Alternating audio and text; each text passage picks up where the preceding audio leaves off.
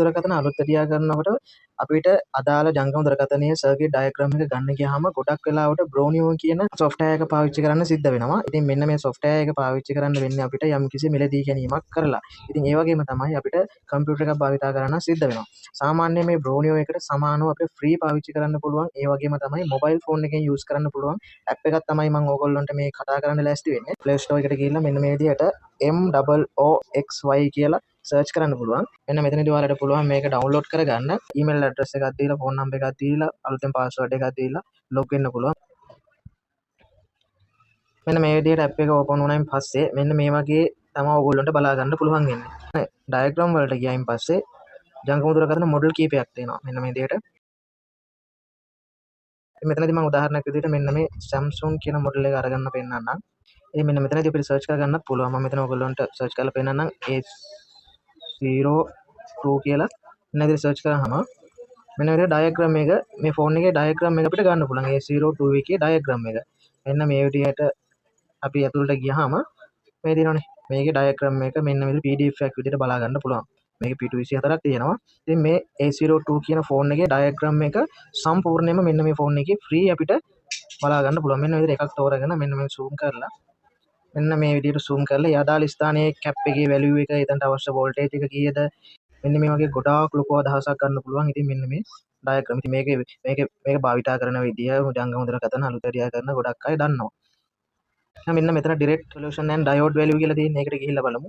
ඉතින් එතනත් ගොඩක් මොබයිල් ෆෝන් වල මොඩල් තියෙනවා. Samsung, Oppo, Vivo, Xiaomi, Nubia මෙන්න වගේ ගොඩාක් මොඩල් වල තියෙනවා. ඉතින් මෙතනදිත් මම ඔයගොල්ලන්ට අපිට අදාළ මොඩල් එක තෝරගන්න පුළුවන්. ඉතින් මම ඔයගොල්ලන්ට මෙන්න Samsung ෆෝන් එක තෝරගන්න. එතනත් සර්ච් කරන්නම් මම Samsung A02 කියන මොඩල් එක සර්ච් කරනවා.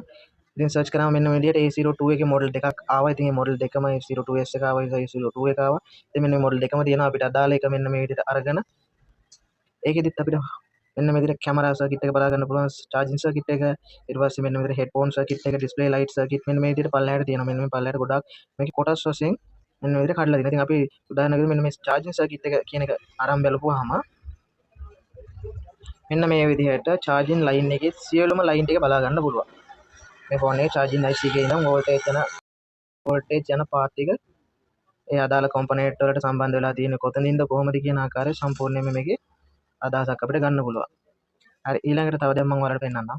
මෙන්න මෙතන තියෙන ස්පෙෂල් ස්කිමිනේට් කියලා. ඉතින් ඒකටත් ගිහලා බලමු. එතනත් තියෙනවා මෙන්න මේ වගේ මොඩල් කීපයක්ම. එතනත් අපි Samsung කියන මොඩල් එක ගමු.